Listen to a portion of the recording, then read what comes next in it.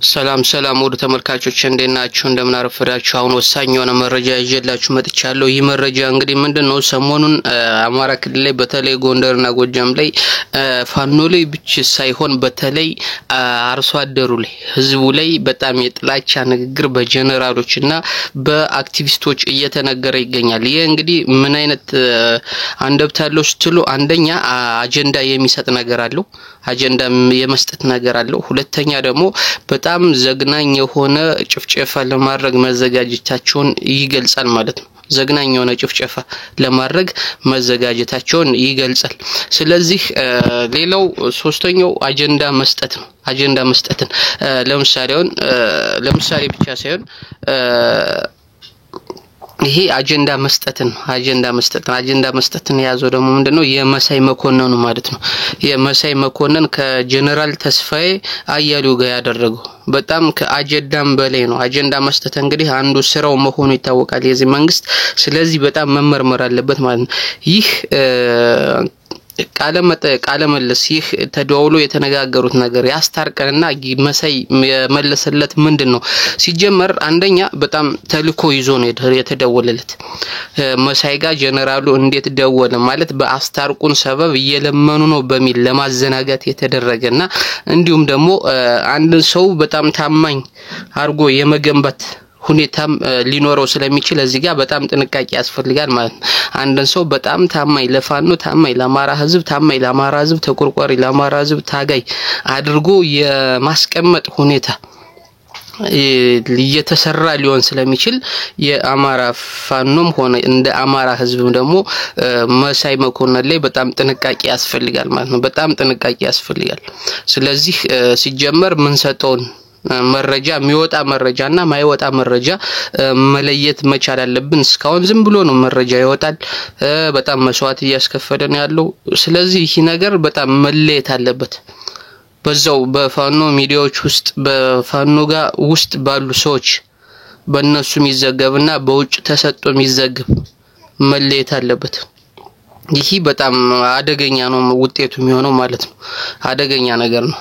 ስለዚህ አንደኛ ስልኩን በጣም ረጅም ጊዜ ሆኖናል ይላል ሲነጋገሩ በጣም ከረጅም ጊዜ በኋላ በጣም እንደቆዩ አትሊስት የ3 እና የ4 አመት ግንኙነት ከ3 እና ከ4 አመት በፊት እንደሚተዋወቁ ነው የሚያወሩት። ስለዚህ አሁን እንዴት ተገናኙ? እንዴት ደወለለት? ስለዚህ ስልኩን ቢያንስ አንድ ጀነራል ደግሞ ስልክ ይቀያየራል። አንድ ስልክ ይዞ አይቀጥልም። ቀፎውን ማለት ነው ሲሙንም ይቀያየራል። ካልቀያየረ በዚህ ያውን በጦርነት ውስጥ አደጋው ስለሚሆንበት ለራሱ ላይ ማለት ነው። ሌላው ደግሞ አንድ የጀነራል ስልክ ጦርነት ውስጥ የሆነ የጀነራል ስልክ ምን መሰጠት የለበትም ለጠላት እንግዲህ መሳይን ጠላት ብለው በአሸባሪም ወንጅለው ተላር። ስለዚህ የአማራ ፋኖን የአማራን ህዝብ የሚደግፍ ነው ለሚባል የሚዲያ ሰው አንድ የጀነራል ስልክ ሊጠራበት ሊደወልበት አይገባም። በእንትኑ መሰረት ማለት ነው። በህጉም መሰረት በየትኛው መሰረት ምናልባት ግን እንግዲህ ስልክ ጊዜያዊ ስልክ አውጥቶ ደውሎለት ሊሆን ይችላል። ጊዜያዊ ስልክ እንደ አጀንዳ መስጫ ጊዜያዊ ስልክ ብሎ ተጠቅሞ ደውሎለት ሊሆን ይችላል። ነገር ግን አሊስ ግን ስልክ ይቀያየራል። እንዴት አገኙ? ሁለተኛ ደግሞ በይፋ ቀርጸው ማውጣት እንደሚያወጡ እየታወቀ እንግዲህ ይሄ የሚታወቅ ነው። ቀርጸው መሳይ መኮንን ምን ይላል? ጀነራሉን እየቀደሁት እንደሆነ አያቅም ይላል። ስለዚህ በሃይዘው ሲቀዳ ማለት ነው ድምጹ የመቆራረጥ ነገር አለው። አንዳንዴ የመራቅም አለው። ይሄን ደግሞ አንድ ጀነራል ሲቀዳ አያቅም የሚለው ትንሽ ይመስላል። ትንሽ አያሳምንም። ሁለተኛ ደግሞ በጣም ከባዱ ነገር በብልጽግናው ዘንድ ያውም ጀነራል ደውሎ እንደማይቀዳ ይሆናል አይደል ግንዛቤ ውስጥ አለማስገባት ይኖራል ብሎ ማመን ይህንን በህዝቡ ዘንድ የሆነ ነገር መርጨት ማለት ነው። ስለዚህ እዚህ ጋር ጥንቃቄ ያስፈልጋል። ምን አንደኛ ጀነራሉ እንዴት ከ3 ከ4 አመት በፊት እንደተገናኙ ነው የሚያወሩት። በጣም ረጅም እንደተገናኙ ነው የሚያወሩት። ስለዚህ እስከ ዛሬ ድረስ መሳይ ደግሞ ኢትዮጵያ ውስጥ እንትን ብሎ የተለያየ ስልክ ነው የሚይዘው። መሳይ ሌሎችም እንትን የሚሉለት አሉ በተለያየ ስልክ ነው። ስለዚህ ጀነራሉ እንዴት አገኘው አንደኛ ነው። ሁለተኛ እንዴት አገኘው ማለት ስለዚህ ከመሳይ ጎን ከመሳይ ጋር ወዳጅ ሆኖ ቀርቦ እንግዲህ ለመንግስት መረጃ አሳልፎ የሚሰጥ ሰው አለ ማለት ነው። ስለዚህ በአንድ በኩል መሳይ መጠንቀቅ አለበት የሚያገኛቸውን ሰዎች ምን ለፋኖና ለአማራ ህዝብ ሲል፣ በሌላ በኩል ደግሞ እንግዲህ መሳይም ትኩረት ውስጥ መግባት አለበት።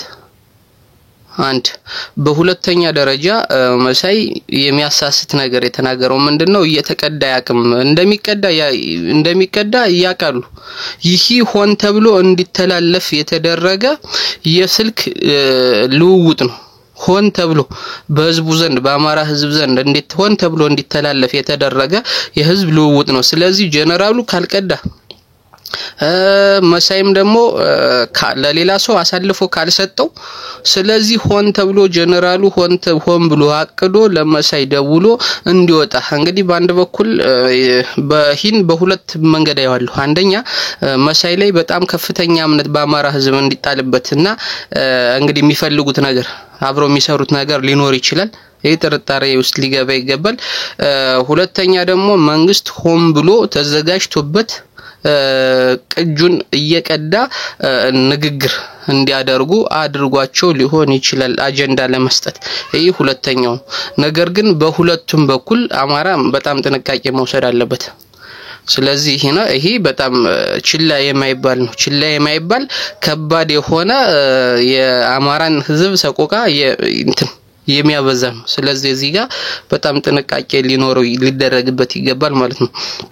ሌላው እንግዲህ በጣም አጀንዳ ለመስጠት ያላደረጉት ነገር የለም። መሳይንም ለመካብ ያላደረጉት ነገር የለም። ያም ሆነ ይሄ እንግዲህ ባይዘዌ ወሬያቸው ላይ ሰምታችሁ ከሆነ አስታርቁን አንድ ጀነራል አስታርቁን ድረስ እንግዲህ እያሸነፍናቸው ሁለት እዚህ ጋር በጣም ዝልኝ እየጨረስነ ነው አለ ጀነራሉ። ምንድነው ያለው? እየጨረስነ ነው አለ። ስልክ ሲሉ አልቋል። ይህ ውሸት ነው። ፋኖ የለም እንትን ላይ እንኳን ቋሪት ላይ ምንድነው ያለው? ቋሪት ላይ እንዴት ነው ሁለታችሁም ማትኖሩት? ቋሪት ላይ አሁን ፋኖ ነው ያለ እናንተ የላችሁም ሲለው አይ ቋሪት ላይ ሁለታችንም የለንም አለ። ቋሪት ላይ ሁለታችንም የለንም ማለት ምን ማለት ነው? ቋሪት ላይ ሁለታችንም የለንም እየጨረስነው ነው ብሎ አስታርቀን ወደ ሰላም እንምጣ እነሱንም ወደኛ አምጧቸው ጨርሰናቸዋል ብሎ እኮ ነው ጨርሰናቸዋል ብሎ